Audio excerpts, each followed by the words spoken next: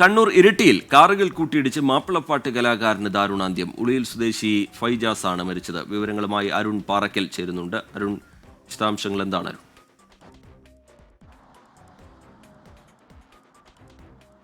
റിജിത്ത്, ഇന്നലെ പുലർച്ചെ 12 മണിയോടുകൂടിയാണ് ഈ അപകടമുണ്ടാവുന്നത്.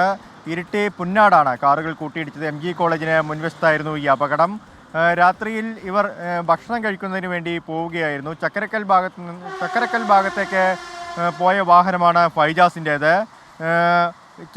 ഈ ഉളിയിൽ സ്വദേശിയാണ് ഫൈജാസ്. 12 മണിയോടെയാണ് ഈ അപകടമുണ്ടാവുന്നത്. ഇടിയുടെ ആഘാതത്തിൽ ഈ കാറിനുള്ളിൽ ഫൈജാസ് കുടുങ്ങുകയായിരുന്നു. ഫയർഫോഴ്സും നാട്ടുകാരും ചേർന്ന് രക്ഷപ്പെടുത്തി ആശുപത്രിയിലേക്ക് എത്തിച്ചെങ്കിലും ജീവൻ രക്ഷിക്കാനായില്ല. കാറിലുള്ള മറ്റുള്ള ആളുകൾ അവർ കണ്ണൂർ മിംസ് ആശുപത്രിയിൽ ചികിത്സയിലാണ്. അവർക്ക് നിസ്സാരമായ പരിക്കുകളേ ഉള്ളൂ എന്നാണ് ആശുപത്രിയിൽ നിന്ന് അറിയാൻ സാധിക്കുന്നത്.